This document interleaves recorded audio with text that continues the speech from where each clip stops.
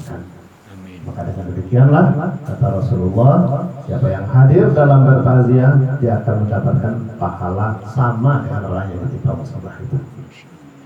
Jadi orang yang ditimpa musibah kalau sabar, sebagaimana ayat yang dibaca tadi, yaitu wabashiri sabirin, beri kabar gembiralah orang yang sabar. Alladzina idza asabathum musibah, yaitu orang-orang yang apabila ditimpa musibah qalu inna lillahi wa inna ilaihi raji'un, bahwa semuanya ini adalah milik Allah dan akan kembali kepada Allah. Bapak-bapak, ibu, saudara-saudara yang saya hormati, maka di ayat tadi diawali yang dibaca tadi bahwa kita ini dalam kehidupan ini tidak terlepas dari yang namanya musibah.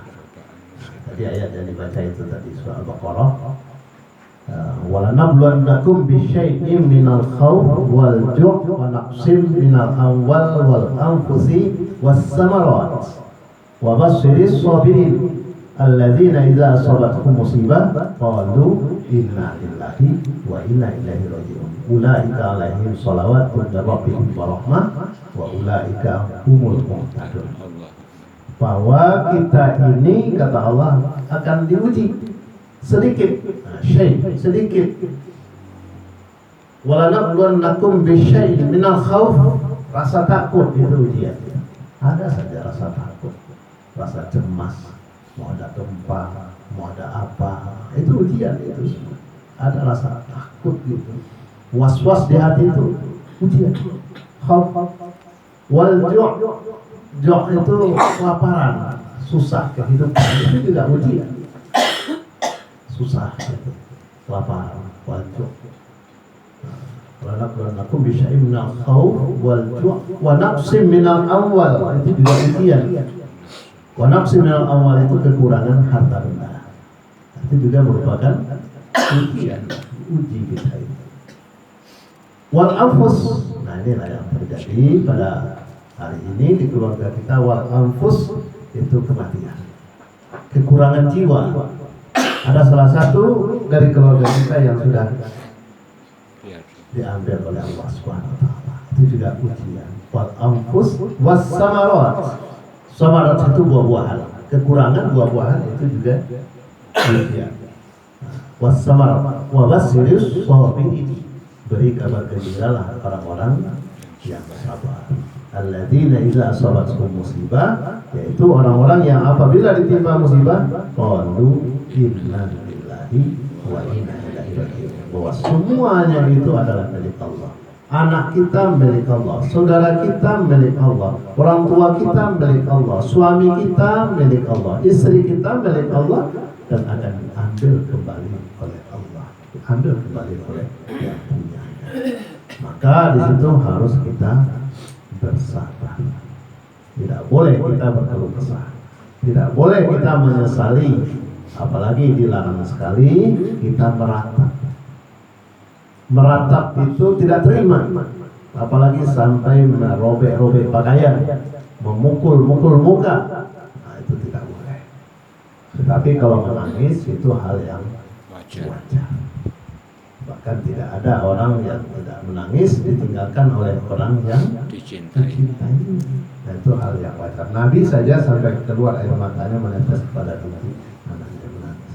Apalagi orang yang kita sayangi, kita cintai, orang tua, suami, dan lain sebagainya. Yang tadi kami sampaikan, beberapa orang kita sampai berbijak nalah taban, taban bukan nalah putri, dan bayi salam olamonya dan tidak kembali lagi. Dia pasti sedih. Tapi kesedihan itu di awal ayat yang dibaca tadi, ya ayyuhalladzina amanu sta'inu bis-sabri was-shalah. Wahai orang-orang yang beriman, dengan kesedihan yang kita rasakan, dengan duka yang kita rasakan, minta tolong kita. Kemana minta tolong? Ista'inu bis-sabri was-shalah. Minta tolonglah dengan sabar dan sholat. Maka orang yang seperti itulah dijelaskan oleh Allah di ayat yang terakhir tadi yang dibaca, ulaika alaihim shalawatum mir rabbihim wa rahmah itulah orang-orang yang akan mendapat sholawat dan rahmat, dan itulah orang-orang yang mendapat hidayah. Artinya orang yang sabar menerima ketentuan Allah Subhanahu wa Ta'ala. Maka untuk itu pada kesempatan malam hari ini, terutama sekali kepada keluarga yang ditinggalkan oleh almarhum, maka harus kita bersabar menerimanya itu. Karena semuanya itu adalah sudah ketentuan dari Allah Subhanahu wa Ta'ala. Banyak pelajaran yang sudah kita lihat, berapa banyak juga saudara-saudara kita yang sudah diambil oleh Allah, yang sudah mendahului kita. Nah, karena memang kehidupan itu seperti itu. 5 alam semuanya akan dihadapi oleh semua manusia. 2 yang sudah kita lewati. Alam apa itu yang 2? Alam roh, alam rahim. Alam rahim selama kita berada di dalam kandungan. Alam yang ketiga sekarang, alam dunia. Masanya nggak sama. Ada yang sebentar, ada yang sedang-sedang saja, ada yang sampai lama. Ada yang meninggalnya karena sakit, ada juga meninggal tidak sakit. Ada yang meninggal sudah tua, ada juga yang meninggal masih anak-anak, bahkan bayi. Maka orang awak mumbang jatuh, kalaupun jatuh. Jadi begitulah kehidupan itu seperti itu. Sudah ada ketentuannya dari Allah Subhanahu wa Ta'ala. Kita kan nggak tahu, Allah tidak diberitahu kapan kita mati, di mana kita mati. Kalau seandainya kita dikasih tahu, nah ini Pak Sur ini meninggalnya 5 hari lagi, misalnya.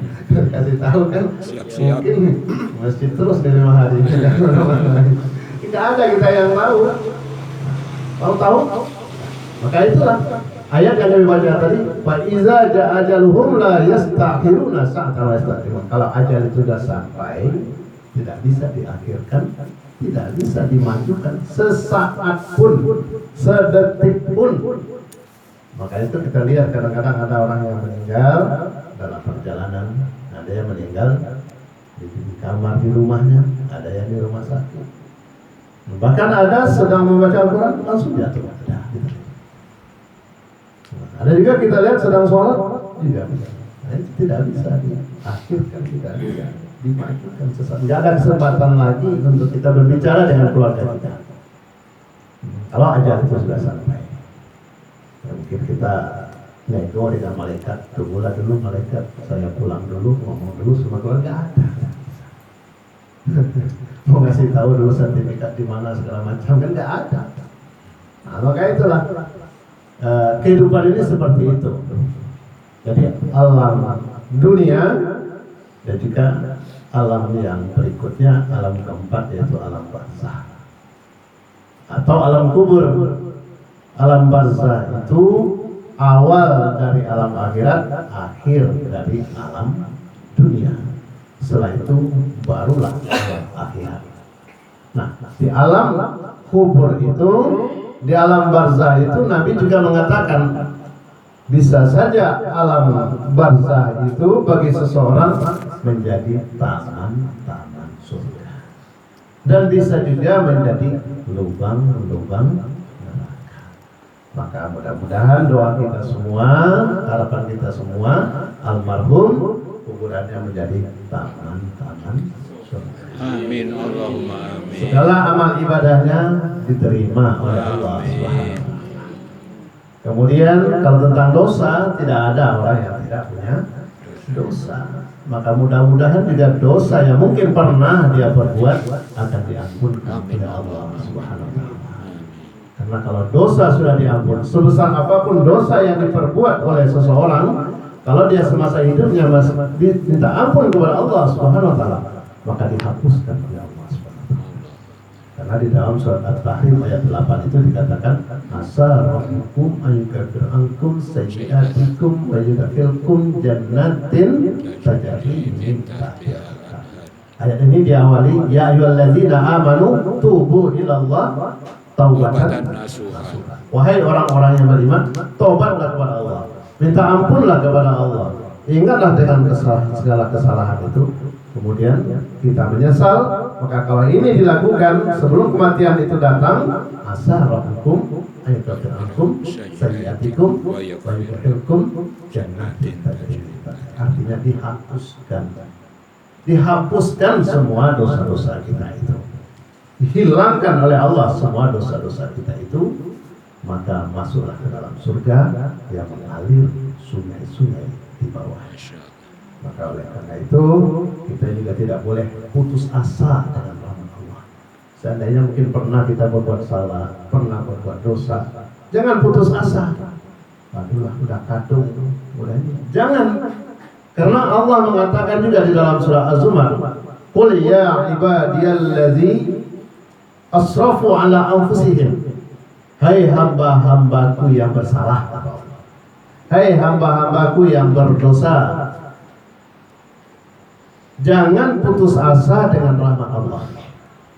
Innallaha yaghfiru dzunuba jami'a. Sesungguhnya Allah akan menghapuskan semua dosa-dosa. Innahu huwal ghafurur rahim. Sesungguhnya Allah Maha Pengampun. Jadi artinya mudah-mudahan almarhum tatkala sudah berada di alam barzakh sekarang ini diampunkan segala dosa-dosanya. Amin. Allahumma amin. Apalagi kalau seseorang itu meninggal dalam keadaan sakit. Orang kalau meninggal dalam keadaan sakit itu dosanya akan berguguran. Orang yang sakit itu ada 3 yang diambil oleh Allah. Orang kalau sakit 3 diambil oleh Allah, dicabut. Kemudian kalau dia sehat, yang 2 dikembalikan, yang 1 tidak dikembalikan. Jadi orang kalau sakit 3 diambil. Kalau dia sudah sehat, yang 2 dikembalikan, yang 1 tidak dikembalikan. Apa yang diambil oleh Allah kalau orang sakit? Yaitu rasa ceria itu diambil. Senyum, susah senyum, namanya sakit, ya kan? Enggak gairah, diambil, tidak bisa senyum. Nah, sekarang lagi senyum jauh lewat paso-paso gitu. Nah, diambil. Yang kedua yang diambil apa? Selera makan, pahit. Kalau pasu makanlah pada itu, kalau sana makan karena kita nggak bisa. Nah, ya kadang-kadang kita juga kan bawa makanannya yang enak-enak, yang makan yang jaga. Ya selera pahit, diambil oleh Allah. Selera makan itu pahit. Nah, anggur lah banyak. Nah itu. Yang ketiga yang diambil apa? Dosa. Orang yang sakit itu dosanya diambil.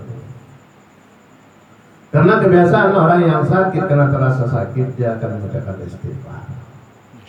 Sebawanya marang. Jangan marang. Tapi kan macam-macam juga orang marang itu kan.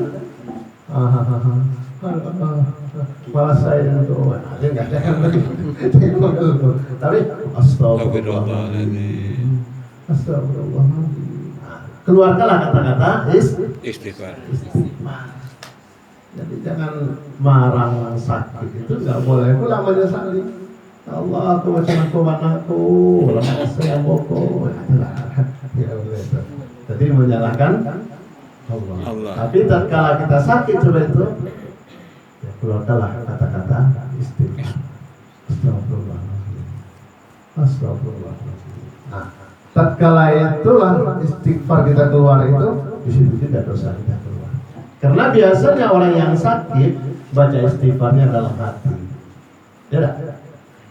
Tapi kalau orang ketahuan baca istighfarnya, ketahuan itu tidak. Tahu nggak ketahuan? Kalau kami ketahuan, tersandung gitu ya. Tersandung kan, lagi jalan tersandung, istighfar juga kan. Astagfirullah. Jadi bacanya enggak bulu-bulu aja. Astagfirullah. Palasi bertubuh. Nah gitu kan. Pamangi dulu waktu itu kan. Beda istighfar itu dengan istighfar orang sakit. Astagfirullah. Nah itu. Jadi 3 diambil oleh Allah. Kalau sudah sehat, yang 2 dikembalikan, yang satu tidak dikembalikan. Yang dikembalikan apa? Senyum. Alun mana senang lagi senang sekete sudah senang rasanya. Kita rasa nikmatnya sehat, masih linglung itu, lah senang rasanya. Karena sudah dikembalikan, jadi sudah bisa senyum. Nah, kita juga kalau dilihat anak sakit, kalau oleh anak sudah senyum itu udah dingin badannya, tadinya panas sudah senang. Bukan anak saja yang senang, kan yang sakit kita juga senang. Kemudian yang dikembalikan kalau orang kalau udah sehat apa? Kesal ya, marah saya melihat rantang. Kalau ulang kecebo tuh, aku aja ya, ya selera lagi kok. Kadang-kadang sama lado aja di nyebut ubi itu kan, lado aja pakai sekarang kan. Sampo. Kalau sudah sehat kan, tambah leceh kan, malam boleh lagi. Aku bilang sekali, hati talu kan. Akhirnya kalau udah sehat kan, tapi kalau tidak sesuai udara badan, nah itulah gitu ya. Kemudian yang nggak dikembalikan dosa nggak dikembalikan. Nah, itu yang dimaksud. Yang dua dikembalikan, yang satu tidak dikembalikan. Nah, dosa kita kan sudah hilang dari itu. Tapi yang dikembalikan cuma rasa gairah, rasa senang, senyum, dan juga selera. Tapi dosa tidak. Itu sekali lagi doa kita, mudah-mudahan almarhum siapapun keluarga kita yang meninggal dalam keadaan sakit, maka mudah-mudahan juga itu pelebur dosa yang amin, Allahumma amin. Nah, kemudian selanjutnya yaitu sekarang untuk almarhum sudah jelas bagi kita, sudah berada di alam barzakh. Alamnya sudah berbeda dengan kita. Dia tidak bisa melaksanakan apa-apa seperti kita. Dia tidak bisa sholat. Dia tidak bisa bersedekah, dia tidak bisa membaca Al-Quran. Tapi sungguh pun begitu, dia masih bisa menuai pahala dari perbuatan-perbuatan dia semasa hidup ataupun dari kita yang masih hidup. Nah, perbuatan dia masih hidup yang masih mengalir apa? Dalam yang sering kita dengar ada 3 macam. Tapi ada salah satu hadis disebutkan 7 macam. Tapi 7 macamnya rupanya rinci gitu.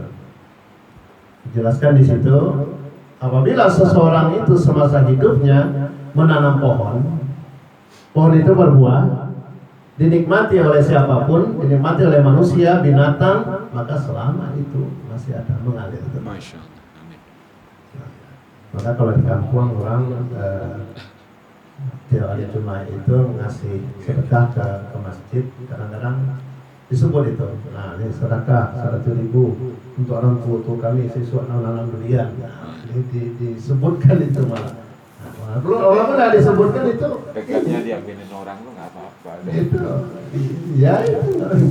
Jadi kalau ada, walaupun kelelawar yang makan, jangan lupa ya.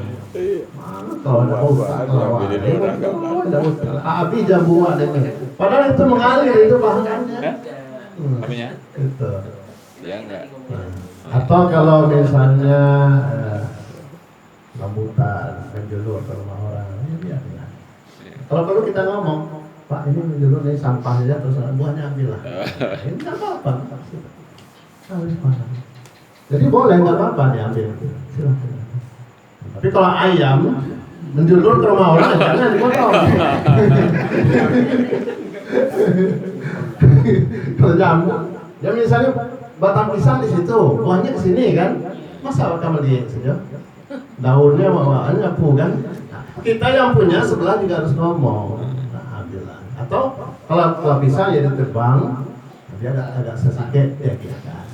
Jangan pun dari tabang ke sawahnya ke rumah orang, lama sawah semua. Nah itu, jadi mengalir itu pahalanya. Tapi itu tadi kalau ada ayam yang menjulur ke rumah kita, jangan dipotong. Bahaya itu. Nah, jadi itu tanaman-tanaman yang ditanam itu, jadi jangan kita malas tanam. Walaupun awalah tuh nak kerap jadi pedoynya, bukan kita yang dapat. Orang-orang nanti setelah kita menikmati buahnya itu, pahalanya mengalir kepada orang yang menanam. Nah, Jadi terperinci ya di situ. Yang kedua, orang yang mengalirkan air ke sungai, mungkin membuat kalau di kampung awak kan sampai tanda segala macam, mengalirkan air sampai menggenangi sawah orang, ladang orang, bermanfaat lah untuk orang banyak, untuk binatang, ternak segala macam, itu pahalanya mengalir. Selanjutnya juga sumur yang digali. Nah ini biasanya sumur-sumur tua, zaman-zaman dulu kan belum ada ini. Kalau bor itu sumur-sumur tua, nah, itu dinikmati oleh orang itu pahala. Ya seperti sekarang ini kan ada sumur Utsman bin Affan dulu dibelinya sampai sekarang masih ada. Nah, jadi pahalanya mengalir terus orang yang membuat sumur itu airnya dimanfaatkan. Nah, tentunya banyak lagi contoh-contoh selain daripada itu, artinya hal-hal yang pekerjaan itu dimanfaatkan oleh orang lain, yaitu pahalanya mengalir untuk orang lain. Kemudian yang sering kita dengar ya sedekah jariyah, mungkin satu sak semen, pasir, apa kita untuk membangun musola, kita apa yang ada sudah sering dan sedekah yang kita berikan. Kemudian ilmu yang bermanfaat, mungkin semasa hidup ada ilmu yang diajarkan. Walaupun hanya sekedar mengajarkan alif-alifan, mengajarkan bagaimana cara sholat, atau cara berwudu, itu tetap mengalir, karena itu yang bermanfaat. Bahkan bukan itu saja, termasuk ilmu yang kita ajarkan tatkala ilmu itu didapat sama orang sehingga bisa digunakannya untuk menghidupi keluarganya. Nah, karena menghidupkan itu suatu kewajiban, bisa menafkahkan keluarganya, itu juga mengalir, Pak. Misalnya kita mengajarkan apa, membuat kue, membuat apa, udah kasih doa ya. Orang bisa juga. Nah itu mengalir itu malah. Jadi kita juga jangan segan-segan mengajarkan ilmu-ilmu yang seperti itu. Kalau kami siswa, kami kerjai. Dulu memang pernah kejadian itu, ya, terus zaman dulu pernah. Jadi ya ada, tapi nggak banyak, satu orang dua orang nggak ada seperti itu. Jadi kalau kita bertandang, melihat jalan-jalan ke tokonya, dulu itu, dia lagi motong, kita datang, ditutupnya itu, berhentinya dulu, takut dipelajari, takut dicontoh. Nah, padahal itu kalau kita, ya kalau saya orang nanya, dikiranya nanya saya ajar itu lebih banyak gitu. CK dengan ya, kejadian dulu seperti itu. Ya, sebilik kering dia dengan iya, kan kejadian. Jadi kita datang, dia malah berhenti, takut dicontoh, takut dipelajari. Padahal ilmu itu makin diajarkan, makin bertambah. Itu namanya ilmu laduni. Ilmu laduni itu satu yang kita pelajari, tiga dapat. Nah, itu. Kita lihat mau belajar ini, kita dapat bukan itu saja, yang lain juga. Itu ilmu yang bermanfaat. Kemudian yang gak kalah pentingnya, yang sangat diharapkan sekali oleh almarhum, yaitu doa dari keluarga. Doa. Maka itu jangan berhenti untuk selalu mendoakan. Tengah malam mungkin bangun. Anak-anak, ada anak-anak. Ada Ya, bangun tengah malam. Wabil asharin yastaghfirun. Qalilan minal laili ma yahja'un wa bil asharin yastaghfirun. Kita bangun setengah malam jam 3, kemudian kita sholat 2 rakaat atau 4 rakaat atau 6 rakaat, kita istighfar, kemudian kita berdoa. Jangan lupa mendoakan orang tua kita. insyaallah. Allahumma ighfirli wa liwalidayya warhamhuma kama rabbayani. Itulah tanda bakti seorang anak kepada orang tua. Mungkin semasa dia hidup kita banyak salah, kita banyak dosa, durhaka kepadanya, menghardiknya, menghinanya. Maka disitulah kesempatan bagi kita termasuk untuk membalas jasa orang tua. Membalas jasa itu nggak bisa hanya bisa berbakti, yaitu dengan kita mendoakan. Itu yang diharapkan sekarang, berdoa. Apalagi doa seorang anak, keluarga dari hati, ingat dengan orang tua kita. Karena banyak sekali terjadi. Memang di dalam Al-Quran itu dijelaskan itu surah Bani Israil. Wala taqul lahuma uffin wala tanharhuma wa qul lahuma qawlan karima. Jangan kau katakan sama orang tua. Surah Bani Israil ayat 23. Fala taqul lahuma uff. Dan sebangsa aja itu apa? Kalau dalam Al-Quran nanti Bani Israil fala taqul lahuma jangan kau katakan sama orang tua pada keduanya. artinya mau bentak. Wala tanharhuma jangan kau bentak dia. Suaranya beli rokok. Boleh. Kalau dia enggak boleh. Artinya membentak ya. Tapi orang yang ada juga orang mengatakan kan dilarang karena mengatakan tapi lebih daripada itu kadang-kadang dilakukan. Maka wala tanharhuma wa qul lahuma qawlan karima dan katakanlah kata-kata yang baik sama orang tua. Ya, orang tua waktu lahir dengan senyum walaupun kita lahir itu menangis, tapi orang tua kita tersenyum.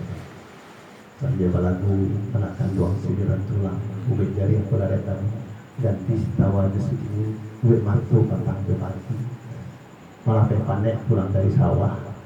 Kan gitu. Bagaimanapun capek dari pasar dari sawah, ketemu anak ada nanti timang-timang. Apa lagu itu lagu anak orang, lagu sadar itu. Biasanya anak awal lah sekali. Itu. Jadi nggak pantas seorang anak durhaka sama, apalagi seorang ibu. Ada 4 air yang dikorbankan oleh ibu untuk anaknya. Berapa air, Bu? Air kopi, air tertalua. Bukan itu. Yang pertama sekali air ketuban atau melahirkan, ya kan?